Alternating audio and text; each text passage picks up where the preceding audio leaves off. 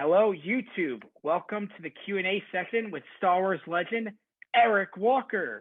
My name is Zachary Greenberg, and I'm here with my good friend and major Star Wars fan, Emperor Jacob Shiner. Eric, thank you so much for joining us. We are huge fans and so excited to have you. Hey guys, it's my pleasure. Thank you very much for having me on your show. I really appreciate it. Especially, we didn't even know. It's a great surprise to see that background. Such a cool setup. Yeah, and this is only part of my collection. Actually, most of it's in another location. So, but wow. this has some of my nice stuff in here for sure. We appreciate it. Okay, Eric, to start us off, can you tell us a little bit about your background, where you're from, where you're currently living, and how you got into the movie industry? And yeah, let's start with that. Well, I live in Woodland Hills, California, which is kind of like it's north and west of Los Angeles or Hollywood.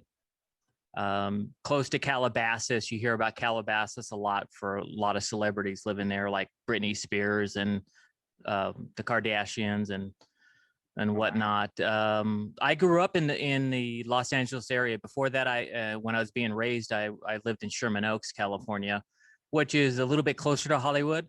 But as time has progressed, it's too crowded over there. So LA is just getting more crowded. So I'm moving more west to, try to not be around so many people.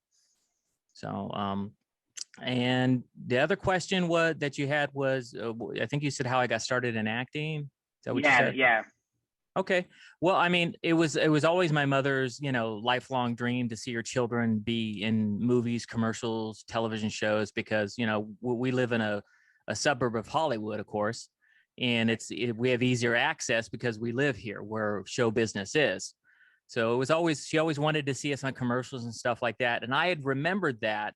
So what I did was just by accident, I played Pop Warner football, and we're talking about real tackle football, no flag football stuff. And I was on the farm team, the youngest you could be. I was like maybe 7 years old, and Jack in a Box had come out and interviewed a bunch of us, and they liked our team. So they invited our entire team to be in this Jack in a Box commercial back in the 70s. And that was my first experience into the show business arena. I loved it. You're a 7-year-old kid, you get to eat Jack in a Box fast food. And I think I got paid like $300 for the day, which even today, $300 a day is a lot of money, but this is 1977. So I said, wow, this is the profession for me. I can make money and eat fast food. So, and you're 7. That's nuts.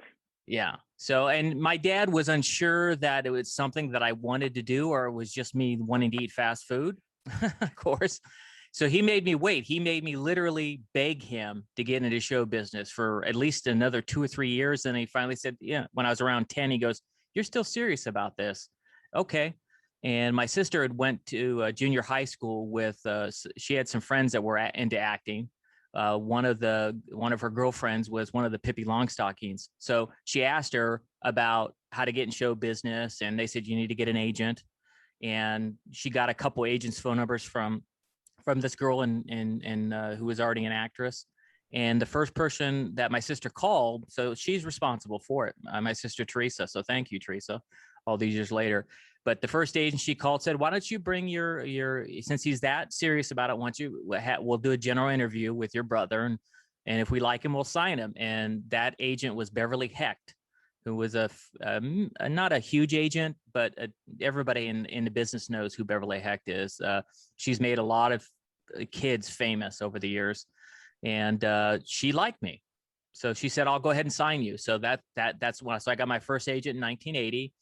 She sent me on a bunch of auditions, and I wasn't really getting parts. And she said, "Well, maybe you need to study acting." So she got me an acting coach. So I started studying acting. And then about a year after studying how to become a better actor, I got my first acting job, and then more followed. And I would say the big break that what we're here to talk about today, starring in the Ewok adventure, Caravan of Courage, came about. I'd been studying acting for about 3.5 years at that point. And I had done other stuff before then. Like I don't know if you remember the show Webster with Emmanuel Lewis. I was on that show in the 80s. It was a popular TV show. And I did small parts. So I had done probably 7 or 8 things before I got the Ewok movie. And even after the Ewok movies, of course, it's hard to beat Star Wars, right? But I've been in probably 20 or 30 other movies. So they just always remember, of course, Star Wars, because that's the big thing. For sure. So can you tell us a little bit about how you heard about the Ewok films and what the auditions were like, how you got involved? Well, that process happened very fast. Looking back, it was like they saw me about a little over a month before we actually started filming. Wow. And I had heard later on that they had been auditioning, trying to find Mace. They went to New York, did auditions in San Francisco, and I came in very late. They still hadn't made a decision. And my agent gave me a phone call, called my dad and said, I have a same day interview for Eric. It's for an after school special. I didn't know it was the Ewok movie or George Lucas. It's a 1 hour TV show, like an after school special. And he's going to play this kind of rough and tough character. Maybe he's a bully, so dress appropriately. And you don't have to read. It's just a general interview. They want to see if you look right for the part. And so I went down to the Egg Factory, which at that time, the Egg Factory was across the street from Universal Studios. It's a Subway now. It's been torn down. And that was where Lucasfilm rented offices here in Los Angeles back in the day in Universal City. And they liked me enough that they said, "Oh, I know we said you don't have to read, but can you please study the script? And because the executive producer cannot be here, and we want to get you on tape because we think you really, you look right for the part." And I said, "I'll do that on one condition: if you let me do my monologue, because you didn't give me time to prepare for the script, and I'm going to be doing everything cold. Can I at least do my monologue too?" Because at that time, again, I was still studying acting for 3.5 years with the same acting coach. I was very serious about my craft. And they said, "Okay, sure." I mean, they probably thought, who's this kid that wants to do a monologue? But they did. And later I found out that the producer forgot to hit the record button and actually only recorded the monologue. So all George saw was me doing this very serious monologue where I'm crying and, being very emotional. And, George loves kids. So when a kid cries, he pays attention. So just, it kind of, when I saw the behind the scenes of the Phantom Menace, it kind of reminded me of my audition. And my audition could be seen online. Yeah, it could be on, it's online as well. My audition, I put it online on my official YouTube channel. So if you go to Eric Walker Music on YouTube, you could watch. I could also watch about 10 minutes of the behind the scenes footage we did. So, wow, that's so cool. So, I'll definitely post that in the description of the video. Sure. That's great. Wow, that's great. I actually did watch some of the behind the scenes of Phantom Menace. So that's really cool, like to hear the comparison. So, Eric, I gotta ask, what were your favorite parts about being in the movies, and specifically the character you played, Mace? Well, Mace is, he's a teenager, of course, at the time. He's kind of a brat, snotty brat, but he doesn't have very much force ability. He's more, I would say he's a cross between Luke Skywalker and Han Solo, with more of an attitude like Han Solo, because he doesn't have that much force ability. And that's a good description of my character, because there's these cards they come up with, the Galactic Files. And it's interesting. I was reading the back of it, and it said he had little force ability, but he's strong, and that type of stuff. So Mace is, that's the kind of character he is. He's just he's very overprotective of his sister because they're lost from his parents. He's just doing what he needs to do as a big brother. So now we saw that Ewok adventure films were shot on Skywalker Ranch. Can you go into some detail about what the ranch is like, and to work under George Lucas? Maybe if you have any cool stories you could share about that. Well, I mean, a lot of people don't know this, but George Lucas actually directed all the reshoots. So I actually was directed by George Lucas. So that was great, being directed by him directly. That's weird. But it wasn't all shot on Skywalker Ranch. I would say probably a majority of it was shot on Skywalker Ranch, but a lot of it was shot in a redwood preserve that's pretty close to Skywalker Ranch. It's called Roy's Redwood Preserve, if any of your listeners want to look that up. Because the scene where when Mace and Sindel are running away from the Ewoks, like he says, "We're out of here," and they try to escape at night. When you see the big shot of the moon and we're running through this field. That's where Roy's Redwoods are. And a lot of it was shot on, I would say probably 25% of it there, maybe another 40% at Skywalker Ranch. And then a lot of it was shot at ILM in San Rafael with blue screen effects at Industrial Light Magic. And then a portion of it was also shot in a rock quarry also in San Rafael, but it was all the same area. Within 20 or 30 miles of each other, everything was shot. And working for George, he's a great director. He's very fast. He really knows how to set up a shot real quick. He's more of a technical director. You can kind of tell he's editing it as he's filming it, which is a great ability to have. If you could actually, you know so much about filmmaking, you're editing it as you're doing the process to make sure you have everything that you need shot. And that's why they do reshoots, is because they have to get pickup stuff and they want to rework a scene that they don't think works.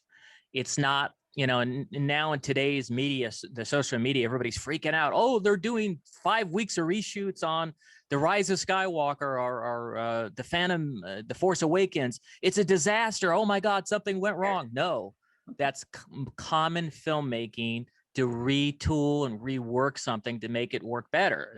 That's been around since we were doing the Ewok movie, and it's probably been around since filmmaking began. But you know how social media is.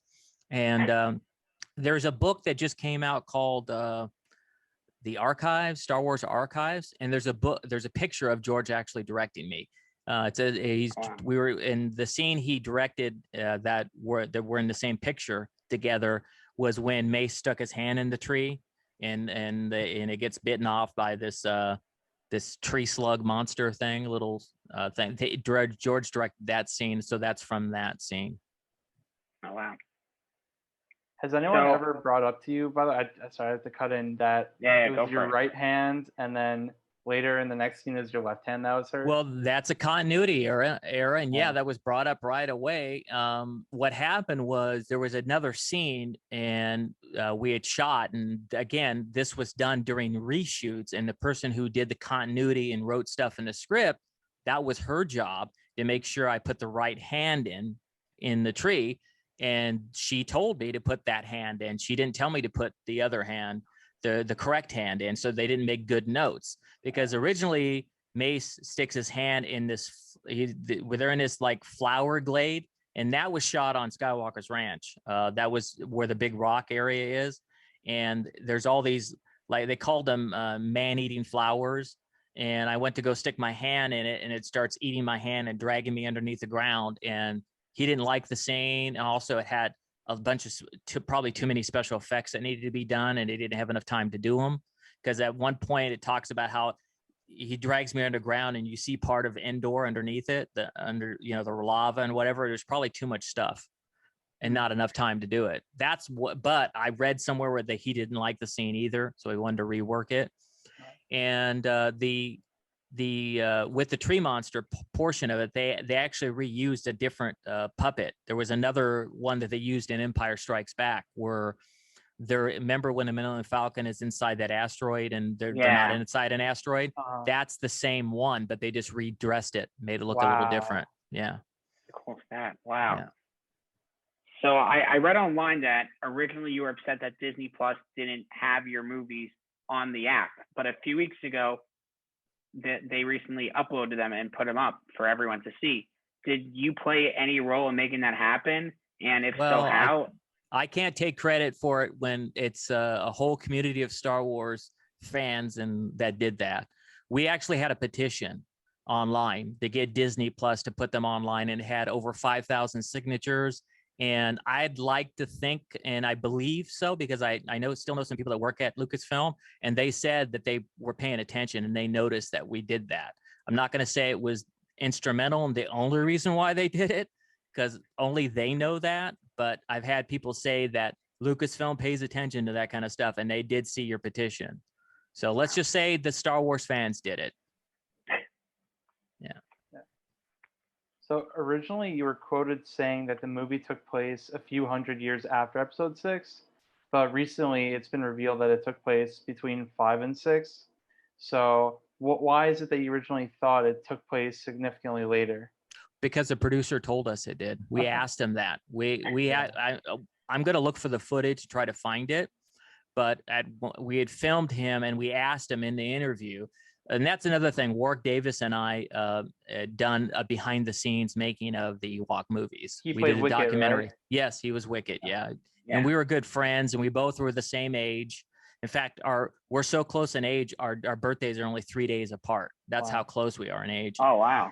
And my birthday is January 31st. His is February 3rd. So it's like, I can't forget it because he's my friend and we're only 3 days apart, which we thought was great. And we were great friends on the set. We had a lot of fun together. We'd spend our weekends going out and doing fun things and watching movies, going out to dinner. We had a great time. Warwick Davis was a really good friend. It still is. We don't keep in touch as much because he's over in London, but he's a good guy. The reason why, and he said, and the producer specifically told us in this interview that the reason why it takes place after, there was 2 reasons. Number one, because the Ewoks know some basic, which is the language. Mhm. And that's why they can understand us a little bit. They may have forgotten it. And he said that it takes place about 100, 150 years after the battle for Endor. And he said Wicket's still a teenager because Ewoks live like Wookiees. They live like 100, very old.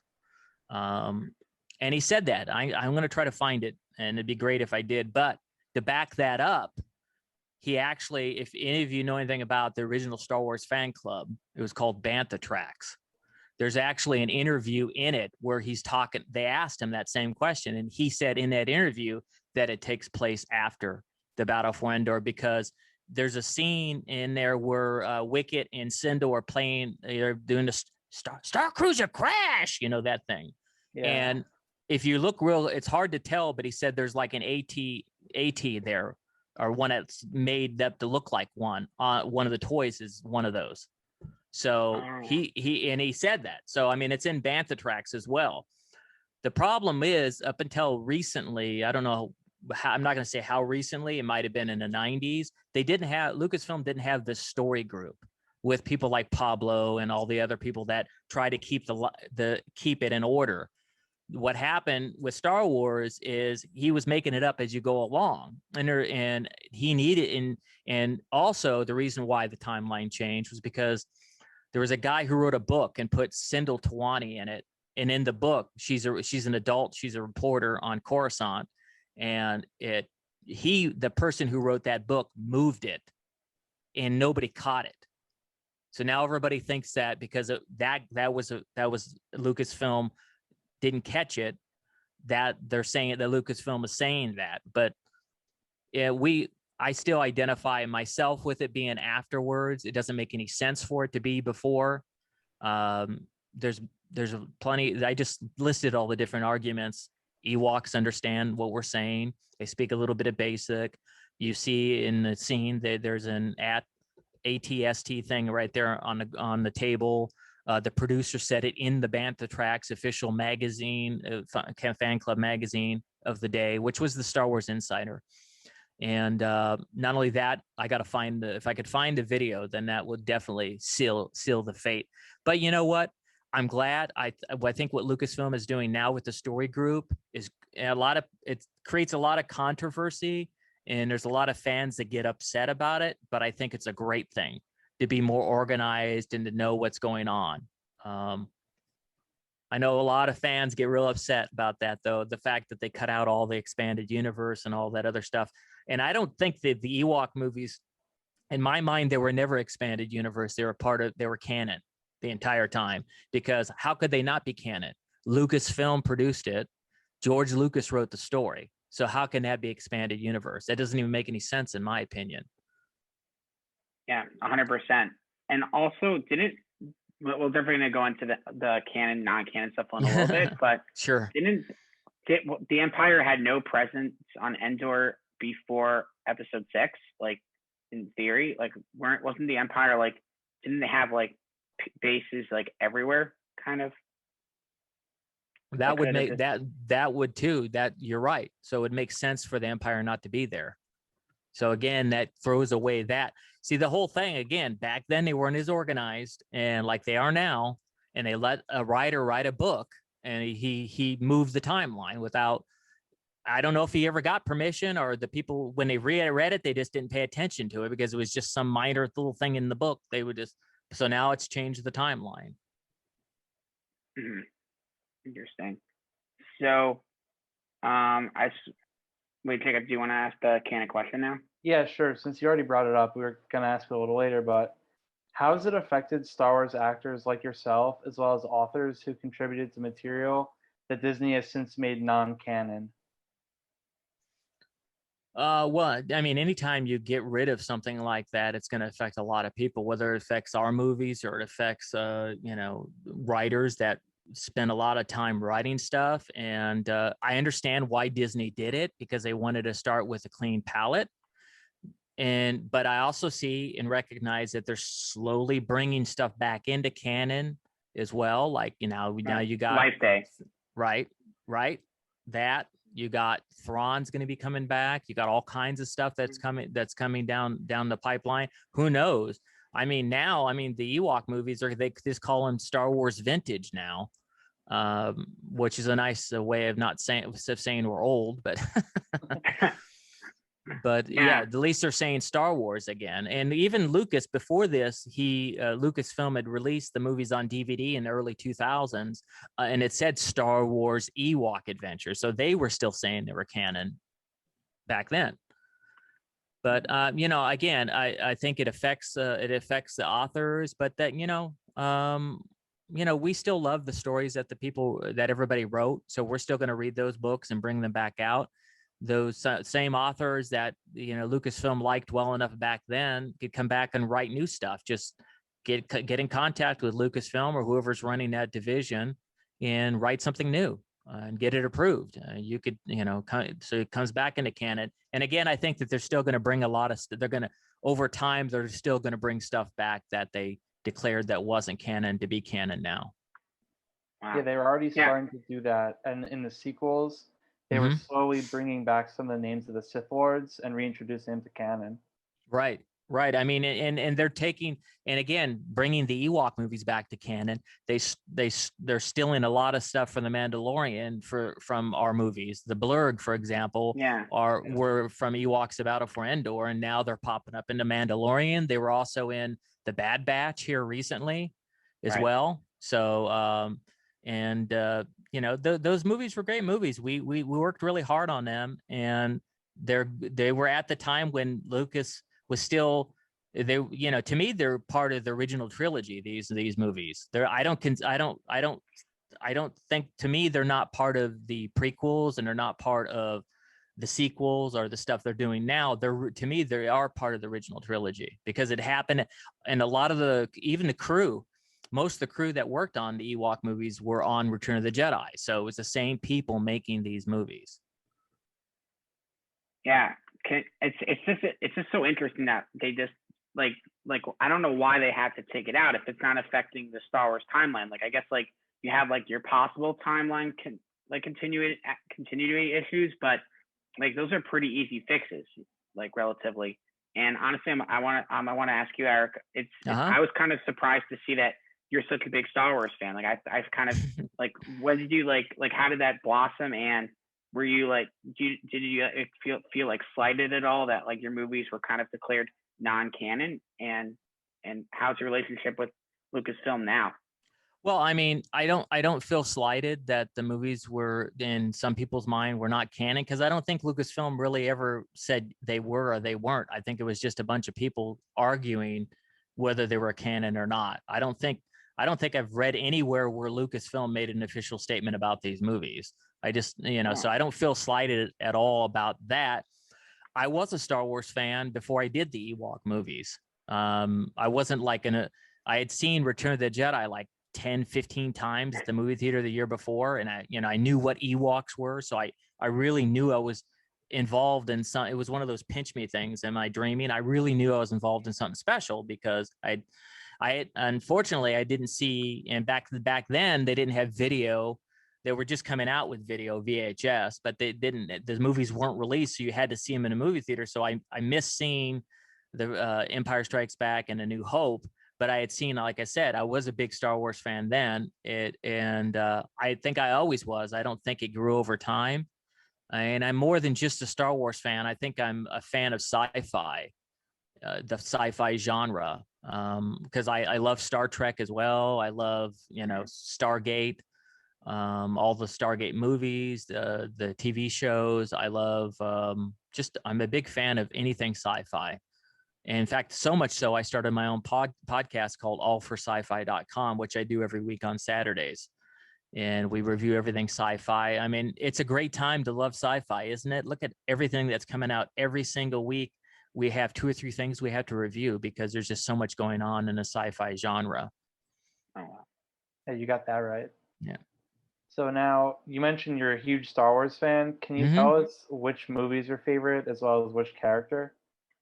I'm going to say my favorite is Empire Strikes Back because it's my point of view is coming from an actor's point of view. And to me, that's the best acted version.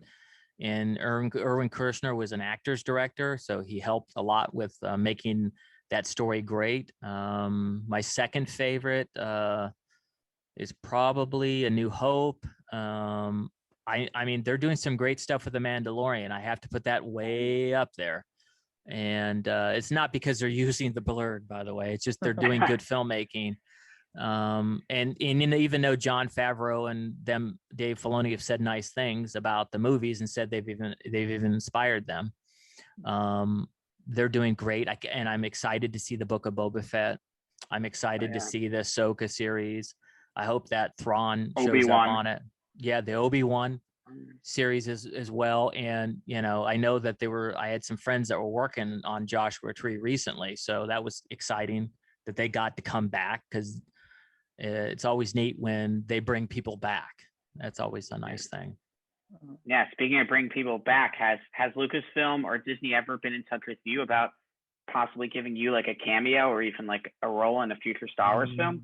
No, but that's not how it works.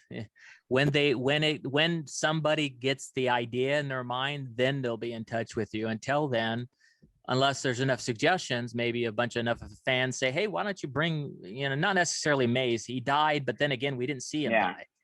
If Boba Fett could survive the Sarlacc pit, I mean, Mace could survive his life monitor blowing up and he could still be alive. But I would love to come back even as a different character. You could put me in a stormtrooper outfit. You could put me in anything, put makeup effects on me. I do great voices. I wouldn't even mind doing, hey, if you guys need me, let me know. I would only do it for the fans though, because that's not, I stopped acting in around the late 90s. So I haven't really pursued acting. But I wouldn't mind coming back to do a couple things involved. If Lucasfilm asked me, I definitely would, just for the fun of it, and to bring a character back and everybody say, oh, it's cool, they're bringing people back. That would make me come back. Other than that, my first love really is music, and that's what I do. I'm a composer, and I have 3 albums out of instrumental music, and I just released a new album here recently, and it has a song that's inspired by the Star Wars universe. It's called Dare to Dream in a Galaxy Far, Far Away. It's a pretty cool song. And I'd rather pursue my music, but again, I wouldn't mind coming back. On the side note, I mean, I own a business, so I'm busy doing that. I own a window business. So then, especially since you compose music, can you talk a little bit about the effect that John Williams had on the entire franchise and how his scores just enhanced all of the movies? Oh, I mean, music is even Lucas said this many, many times, and music is 50% of the movie. You got the visuals, of course, but if the sound and music isn't up there as well, none of it works. And you could, if you could ruin a movie if you weren't as good. And of course, John Williams is the grand master. He's our generation's Beethoven or Mozart. Definitely the master. Even the Mandalorian, Ludwig, is I know everybody kind of gives him credit, but to me he's really up there, because I did my own version of that Mandalorian theme, and he was some of the stuff that he did composing that was like, whoa, I wouldn't have done that, but it's brilliant. It's neat to see refreshing things happen and see new music come out. And Star Wars wouldn't be Star Wars without John Williams. Mandalorian wouldn't be Mandalorian without Ludwig. And the freedom that Lucasfilm gives their composers is why they get that kind of music. So I think you also have to give Kevin Kiner credit for the Clone Wars. Yes. Yeah. Yes. He's brilliant as well. They don't give him enough credit, do they? So No, Kevin no. Kiner's he's up there as well. They've just been brilliant with the people that they choose to do music. And again, that's also the level that you're working on. You know, you're at a certain level. You want other people around you that are on that level. So just like so they're, Lucasfilm is, in movies they say, it's a B movie or whatever. I think Lucasfilm is they've created their own category that's far above even A. It's more than an A movie. It's like super. And a lot of Star Wars fans complain about little things in the franchise, but if you look back, there's nothing else out there that's better. I mean, you're complaining about this with the way this went or the way that went, and I would like to see this and like that. It's nice to be able to complain because we have the internet, and that's the thing that Al Gore didn't invent, but people, but it gave everybody a reason to complain, and everybody loud voices who don't normally have loud voices. But that's another whole story. But Lucasfilm is so high up that people are forgetting. Look at everything else that's being released out there, and nothing, you can't compare it. It's not on the same level. So I'm grateful to have what we have. I'm grateful to have The Mandalorian. I'm grateful to have The Bad Batch to watch, and the stuff coming out here in the future as well. I'm grateful that we have all that stuff.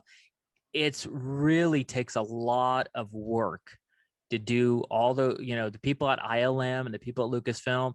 They are working their butt offs.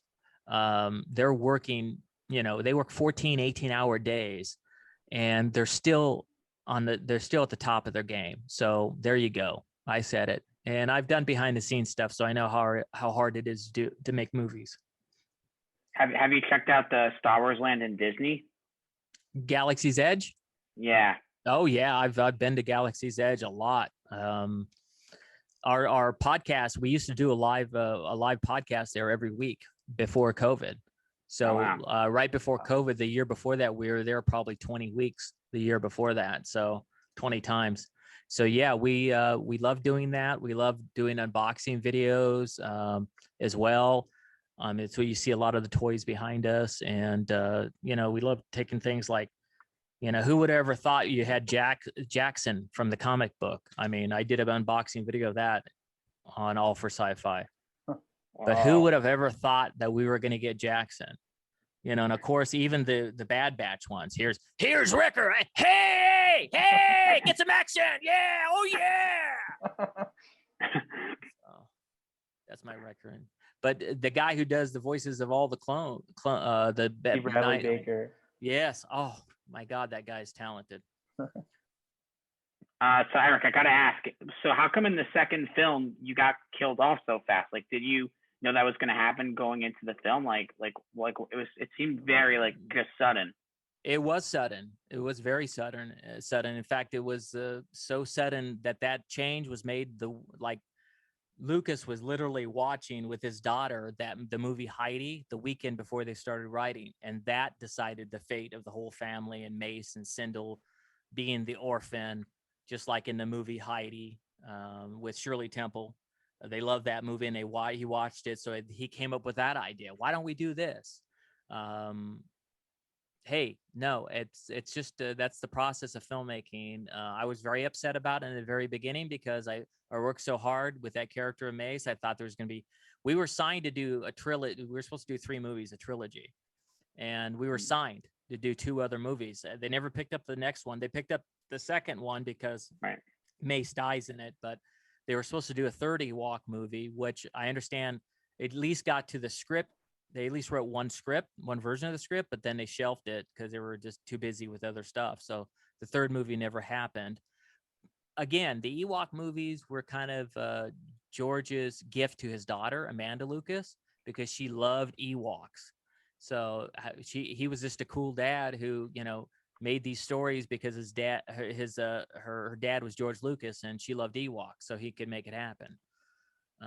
Plus, people liked Ewoks, so, and he liked him as well. You know, George is a kid. He even says it himself. You know, he likes to make movies for 12-year-olds, or adults that act like kids. So, which is great, because if you have the sense of a kid in your life, you're going to live longer. Definitely. So, what does it mean for you to be part of the Star Wars lore? And what would you say is your biggest impact on the Star Wars universe? Oh, it's a very humbling experience to be part of something that no one, even Lucasfilm, didn't think that we'd be talking about a movie I did 37 years ago. They didn't think Star Wars would last this long. I remember speaking with the publicist at Lucasfilm, and she said, "Eric, you know how many years you're going to be famous?" And I said, "I don't know, maybe a year or two or a couple of years." "Eric, this is Star Wars. You're going to be famous for at least a decade."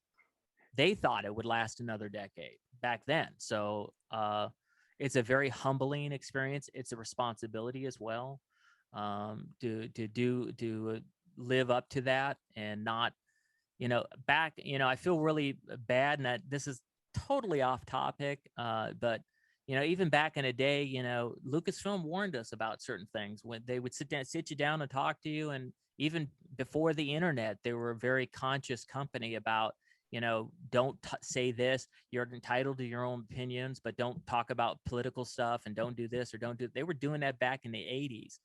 And I understand they gave Gina Carano two or three different notices to please stop it. You know, do that stuff on your own. Don't do that stuff. You know, that's private. You know, and she just wanted to slap him in the face. This is a free country, and yeah, it's a free country, but not when you're working for someone and you have a set of rules and responsibilities, and you should act and behave accordingly when you're working for a company. If she was done doing The Mandalorian, or she wasn't doing that new series that got canned because of it, then she could go do whatever she wants on her private. And again, she has the right to do it as well, because we do live in the United States of America. So I'm not saying that, but you still have a responsibility. So I'm humbled by that responsibility. I accept it. And where do I see myself in the Star Wars lore? I think that these movies are great. They are really the first Star Wars movies, other than the original. It's a humbling experience and a responsibility as an actor, as an entertainer, to be the kind of person that other people could look up to. And it's hard to do at times. There are times when it's tough, but you know, people should be more grateful for the opportunity they're giving.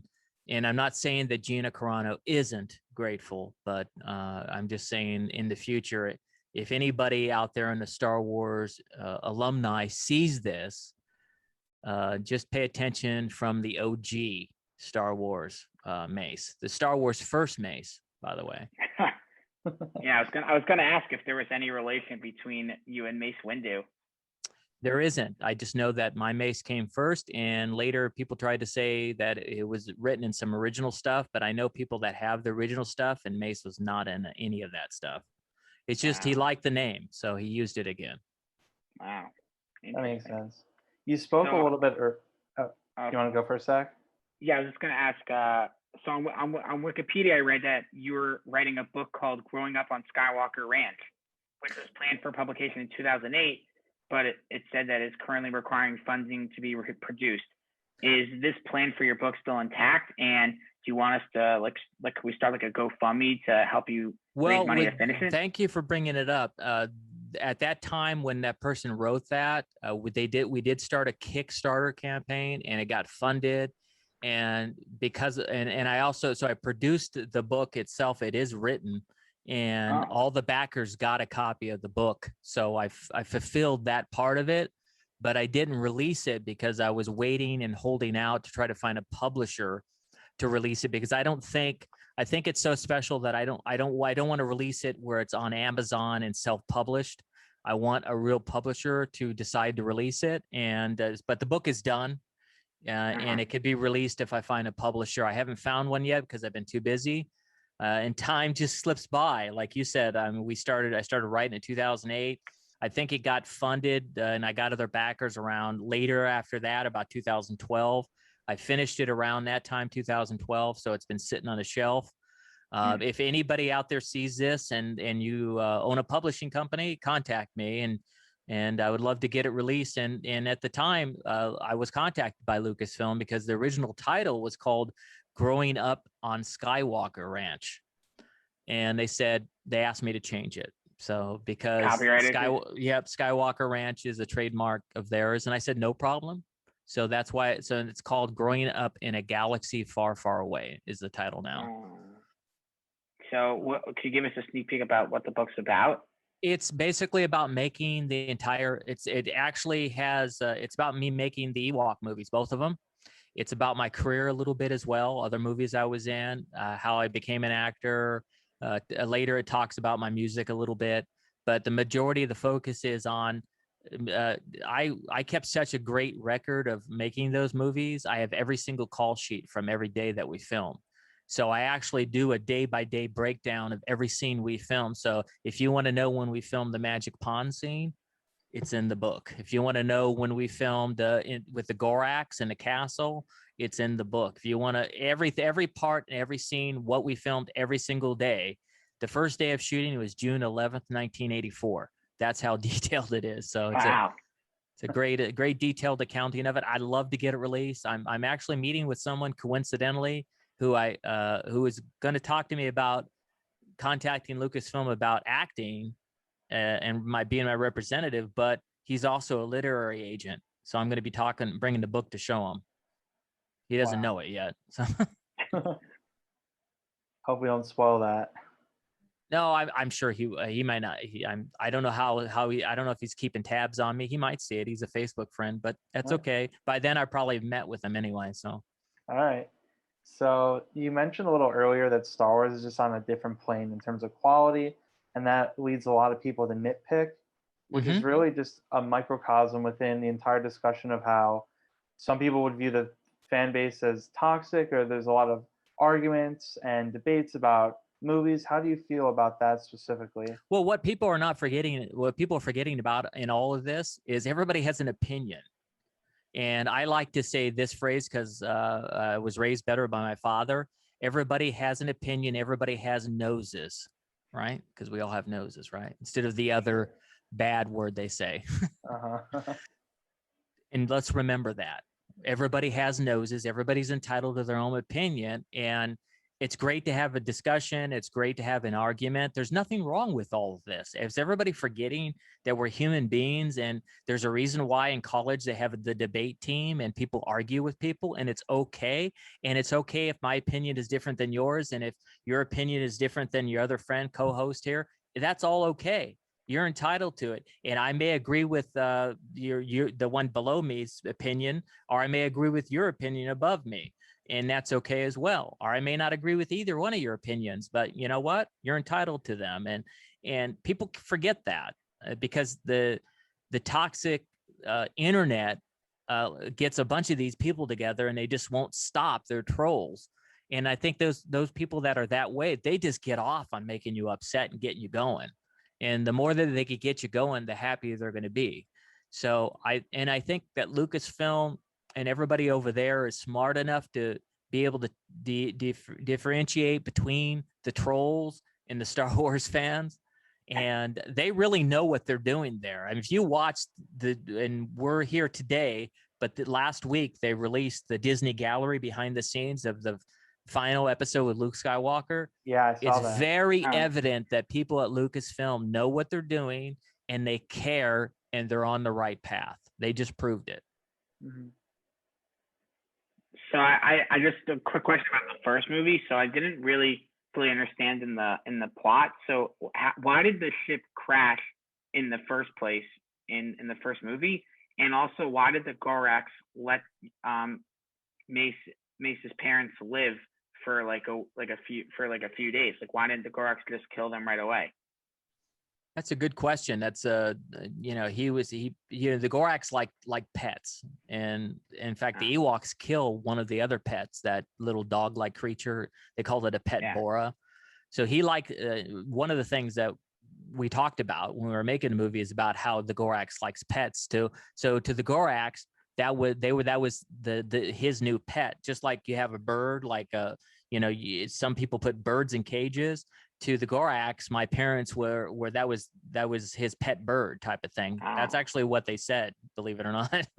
And he had no intention of killing them because he was fascinated by them.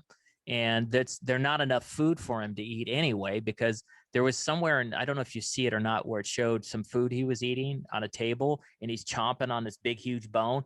The humans are like little birds. He wouldn't eat them anyway. They're not enough food for him to live or survive off of. So that's the answer to that. And what was the other question about that? Like, why did the ship crash in the first place? And like, what planet was Mace originally from? The Tawanis were from Coruscant. And the plant, we were traveling through the system, and there was a problem with I forgot what they called it, because later they talk about it in the second one, where they fixed the capacitor or whatever they call it was damaged, and it caused them to crash land on it. It was some sort of a capacitor that went out that made them crash. So, and then he got it fixed, and we were getting ready to take off. And that's when they talked that Noah's ship had the same issue, because he used that same thing to get his ship going, if you remember correctly, in the Battle for Endor. Oh, right. Yeah. So it was just a mechanical thing. Okay, got it.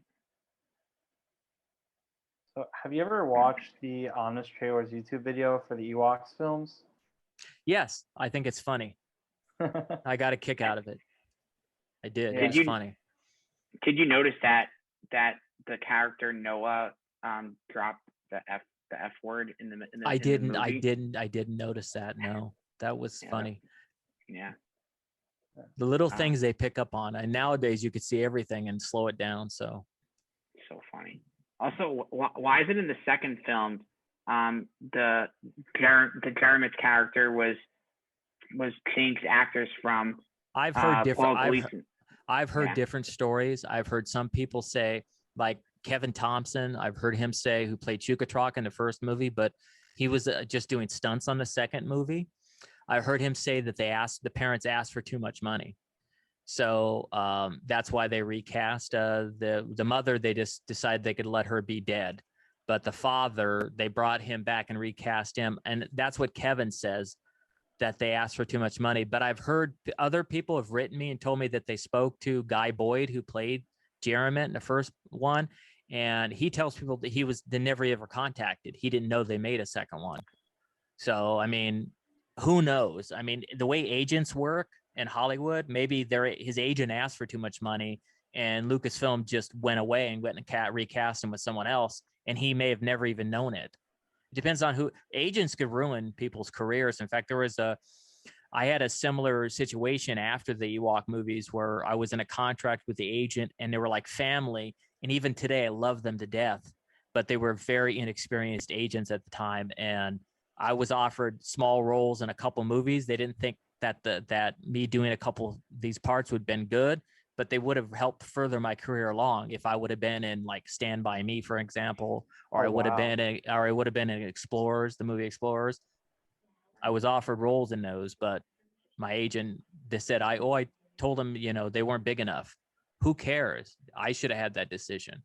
And at the time, I was stuck in the contract, so you had to wait. And then at the end of that contract, I went with another agent, and I started working again. There was a couple of years after the Ewok movie, I didn't get any parts, and that was part of the reason. It was just the inexperienced agents. Now, just switching gears a little bit, looking to the future, what Star Wars content are you just really excited for now to come out? Well, I'm really excited for the Book of Boba Fett. I think Robert Rodriguez is going to kick some butt. It's going to be over the top, like he said.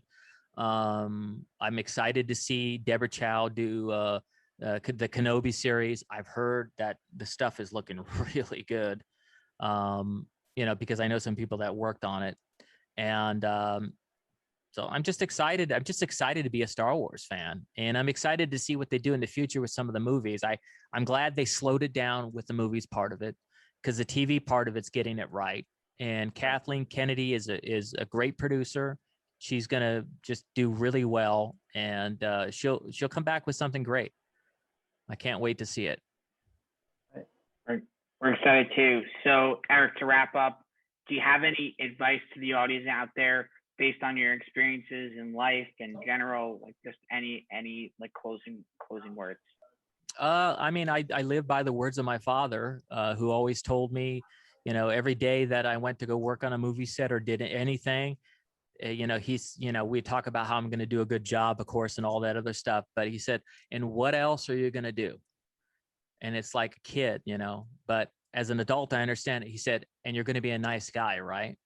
So I encourage everybody to be nice to everybody, be a nice guy, say hello, say good morning, treat everybody with great respect, and then you'll see what comes your way because of it. It's great advice. Amazing. Yeah. Thanks so much. Really appreciate it. This has been an absolute blast. Thank you so much for joining us. And thank you to our viewers out there. Thank you so much, Eric. You got it. May the force be with you always. May the force be with you. May the force be with you.